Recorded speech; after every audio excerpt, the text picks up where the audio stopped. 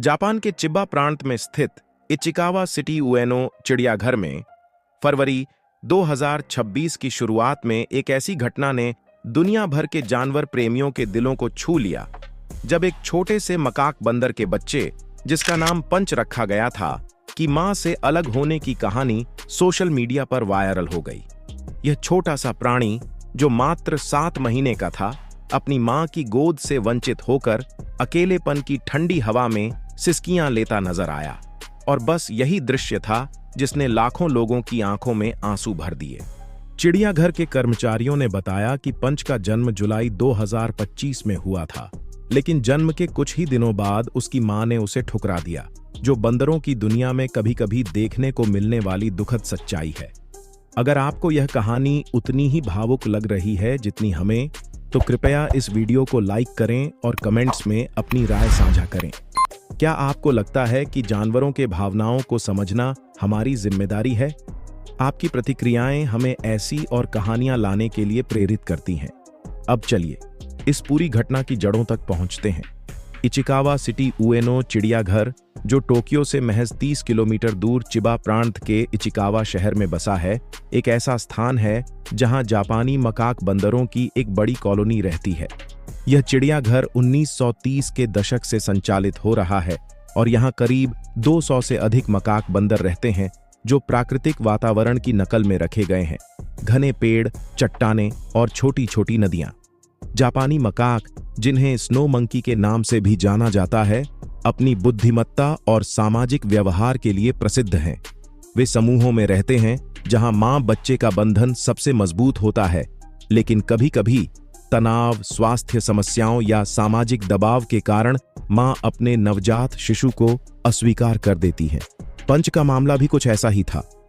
चिड़ियाघर के रिकॉर्ड्स के अनुसार पंच की मां एक युवा मादा मकाक थी, जिसने पहली बार मां बनने का अनुभव किया था। जन्म के तुरंत बाद उसने पंच को अपनी पीठ पर चढ़ाने से इनकार कर दिया और चिड़ियाघर के पशु चिकित्सकों को हस्तक्षेप करना पड़ा। इस घटना की समय रेखा को समझने के लिए हमें जुलाई 2025 से शुरू करना होगा। 15 जुलाई को पंच का जन्म हुआ, जो चिड़ियाघर के लिए एक सामान्य दिन था, लेकिन अगले 48 घंटों में ही समस्या सामने आ गई। मां ने न केवल पंच को दूध पिलाना बंद कर दिया, बल्कि उसे अन्य बंदरों से दूर धकेलने लगी। चिड़ियाघर के स्टाफ ने तुरंत हस्तक्षेप किया और पंच को अलग से एक सुरक्षित कमरे में रखा, जहां उसे बोतल से दूध पिलाया गया। अगस्त से नवंबर तक पंच को धीरे धीरे मुख्य समूह में वापस लाने की कोशिश की गई, लेकिन हर बार अन्य वयस्क बंदरों ने उसे धमकाया या दूर भगाया। यह सामान्य व्यवहार है मकाक समुदायों में, जहां नए सदस्यों को परीक्षा की तरह स्वीकार किया जाता है। दिसंबर 2025 तक पंच पूरी तरह अकेला हो गया था। चिड़ियाघर के एक रखवाले ने उसे एक नरम स्टफ्ड टॉय, एक गुलाबी स्वर का खिलौना दिया, जो पंच ने कभी न छोड़ा। वह रात दिन उसी को गले लगाए रहता, मानो वह उसका एकमात्र साथी हो। फरवरी 2026 में यह कहानी वायरल हुई, जब चिड़ियाघर के आधिकारिक इंस्टाग्राम अकाउंट पर पंच के वीडियो पोस्ट किए गए। 17 फरवरी को पहला वीडियो अपलोड हुआ, जिसमें पंच खिलौने को चिपकाए अकेले बैठा नजर आ रहा था। अगले 24 घंटों में इसे लाखों व्यूज मिल गए। 18 फरवरी को एक और क्लिप आई, जहां पंच को अन्य बंदरों द्वारा धकेला जाता दिखाया गया, लेकिन वह खिलौने को कसकर पकड़े रहा। सोशल मीडिया पर #PunchTheMonkey हैशटैग ट्रेंड करने लगा। जापान टाइम्स ने 24 फरवरी को एक रिपोर्ट प्रकाशित की, जिसमें बताया गया कि पंच की यह कहानी ने लोगों को जानवरों के भावनात्मक जीवन पर सोचने पर मजबूर कर दिया। न्यूयॉर्क टाइम्स ने 19 फरवरी को अपनी कवरेज में लिखा कि पंच की आंखों में उदासी ऐसी है जो किसी भी इंसान को छू जाएगी। चिड़ियाघर प्रशासन की ओर से आधिकारिक बयान 20 फरवरी को जारी किया गया। इचिकावा सिटी उएनो चिड़ियाघर के निदेशक मिस्टर हिरोशी ताकाहाशी ने कहा, पंच की देखभाल हमारी प्राथमिकता है। हमने उसे कभी अकेला नहीं छोड़ा। वीडियो वायरल होने के बाद हमें अंतर्राष्ट्रीय समर्थन मिला है, लेकिन हम पहले से ही उसके लिए विशेष कार्यक्रम चला रहे थे। उन्होंने स्पष्ट किया कि पंच पर कोई गंभीर आक्रमण नहीं हुआ, बल्कि यह सामान्य सामाजिककरण प्रक्रिया का हिस्सा था। चिड़ियाघर ने पंच के लिए एक सहायक समूह बनाया जिसमें कुछ युवा मादा मकाक शामिल की गईं, जो धीरे धीरे उसे अपनाने लगीं। इसके अलावा पशु व्यवहार विशेषज्ञों को बुलाया गया जो पंच को आत्मविश्वास बढ़ाने वाली गतिविधियां सिखा रहे हैं, जैसे फल इकट्ठा करना और खेलना। ताकाहाशी ने जोर देकर कहा कि मां का अस्वीकरण दुर्लभ नहीं है। हर साल चिड़ियाघरों में 5 से 10% नवजात मकाक इससे प्रभावित होते हैं, लेकिन पंच का मामला विशेष इसलिए था क्योंकि वह इतना चिपकू और भावुक साबित हुआ। सार्वजनिक प्रतिक्रियाएं इस कहानी को और भी गहराई देती हैं।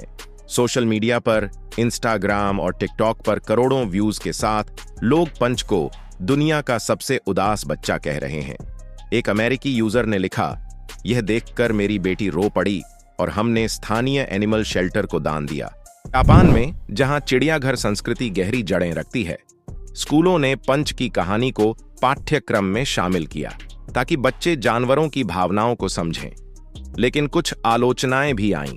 पेटा जैसी संस्थाओं ने सवाल उठाया कि क्या चिड़ियाघर बंदरों को प्राकृतिक वातावरण दे पाते हैं। हालांकि अधिकांश प्रतिक्रियाएं सकारात्मक रहीं और #AdoptPunch कैंपेन चला। हालांकि चिड़ियाघर ने स्पष्ट किया कि पंच वहीं रहेगा।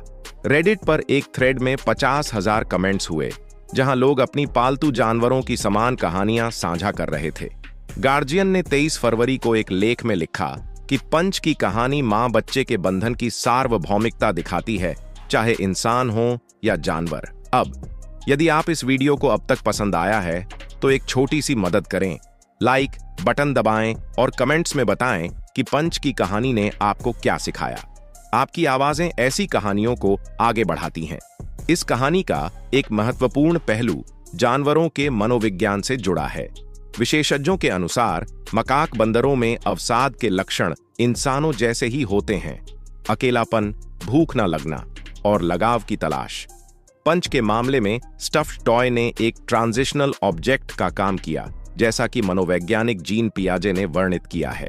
चिड़ियाघर ने पंच को थेरेपी सेशन दिए, जहां उसे धीरे धीरे अन्य जानवरों से मिलवाया गया। मार्च 2026 तक की रिपोर्ट्स बताती हैं कि पंच अब एक युवा मादा मकाक के साथ दोस्ती कर रहा है। हाल ही में 5 मार्च 2026 को चिड़ियाघर ने एक अपडेट जारी किया, जिसमें दिखाया गया कि पंच खिलौने को कम पकड़ रहा है और समूह में खेलने लगा है।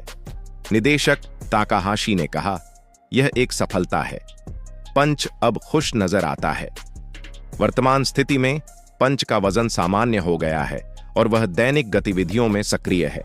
चिड़ियाघर ने दर्शकों के लिए विशेष टूर शुरू किए, जहां लोग पंच को सुरक्षित दूरी से देख सकते हैं, लेकिन गोपनीयता का ध्यान रखा जाता है। इस घटना ने व्यापक बहस छेड़ दी है। क्या चिड़ियाघर जानवरों के लिए वरदान है या अभिशाप? जापान में, जहां वन्य जीव संरक्षण मजबूत है, इचिकावा चिड़ियाघर जैसी जगहें प्रजनन कार्यक्रम चलाती हैं, जो लुप्तप्राय प्रजातियों को बचाती हैं। लेकिन आलोचकों का कहना है कि कैद में सामाजिक तनाव बढ़ जाता है। पंच की कहानी ने एनिमल वेलफेयर संगठनों को एकजुट किया और यूनेस्को ने इसे भावनात्मक शिक्षा का उदाहरण माना। दुनिया भर से दान मिले, जिससे चिड़ियाघर ने नए एनक्लोज बनाए। पंच अब न केवल एक बंदर है, बल्कि एक प्रतीक बन गया है अकेलेपन से उबरने की। जानवरों की दुनिया हमें सिखाती है कि भावनाएं सीमाओं से परे हैं।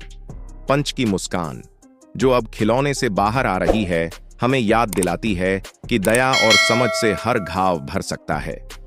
धन्यवाद इस सफर में हमारे साथ चलने के लिए।